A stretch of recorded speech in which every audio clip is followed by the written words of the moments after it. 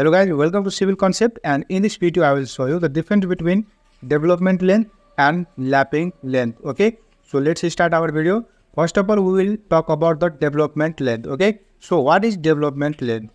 The length of the reinforcement required to transfer the stress from the bar into the concrete. Okay, so this is the length for which the rebar transfer the load on it to the other structure. Okay, so you can see here, this is our beam, okay, and this is our column. Okay, so the rebar from this beam transfer the load to the rebar of this column. Okay, and here you can see from here to here it is beam, and from here to here it is column. Okay, so to transfer the load of the beam to the column, we have to increase the length of this rebar from here, from this portion to up to this portion. Okay, so this length is known as what? Development length, and this length of rebar helps to transfer the stress from this beam to this column concrete. Okay, now how much should be the minimum development length? Okay, so the minimum development length is calculated based on the bar diameter, concrete grade, and types of loading.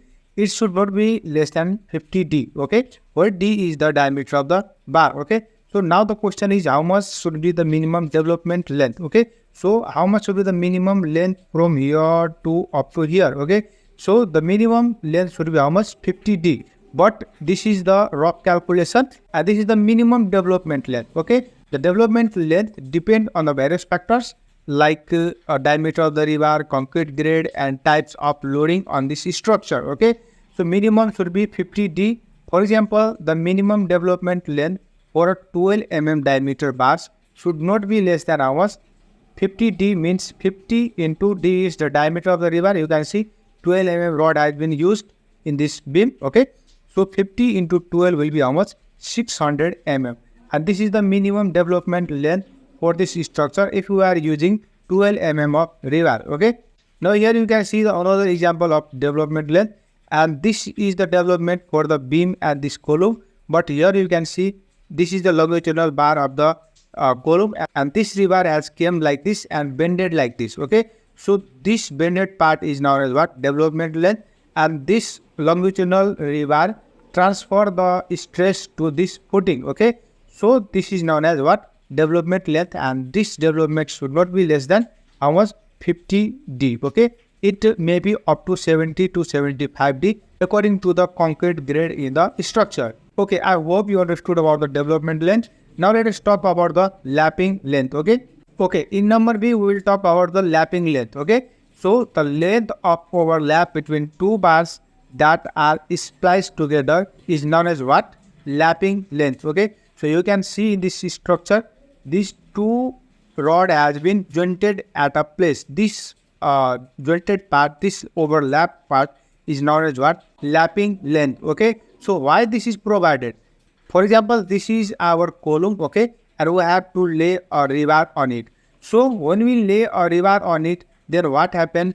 Our rebar comes up to here and ended. Okay, so it means that there is no sufficient length of rebar to cover all the structure. Okay, so for this, what we have to do? We have to add another rebar from upper side, and again we have to overlap it at some distance. Okay, so this is known as what? Lap length. Okay, so how much should be the minimum lap length? So here you can see, according to IS code 456/2000, the minimum lap length should be how much? 24 D. Okay, so this is the again the minimum overlap length, and it may go up to 55 D. Okay, where D is the what? D is the diameter of the rebar. Okay guys, however, the lapping length should not be less than 75 mm. Okay, so this is the criteria for minimum lapping length. Okay, it should be either 24 D, either 75 mm, whichever is greater, and this will be the what? Minimum lap length. Okay, let us see an example. The minimum lap length here, this is wrong. Okay, so here should be what? Lapping length. Okay, so I am writing here L, and the minimum lap length for a 16 mm diameter bars should not be less than what? 24 D. Here we have mentioned that 24 D. So 24 into diameter is 16 mm, and this will be what? 384 mm, and this is the minimum lapping length of the structure. Okay guys, okay, I hope you understood the lapping length. Okay, Now one thing I want to tell you that the lapping should not be at the same level. Okay, so you can see lapping has done in the same level, and this is the wrong method of lapping. Lapping should be in zigzag form. Okay, so one lapping is here, another is here, another is here, another is here. This is known as what? Zigzag form, and lapping should be in zigzag form to prevent cracking. Okay, so you can see this lapping is for column, and the lapping should always be in zone B. Okay, and this is upper part of the column, and this is the lower part of the column, and this is the mid part of the column. Okay, so lapping should be always provided at the mid portion of this column. Okay, so this is, for example, the length of this column is L. Okay,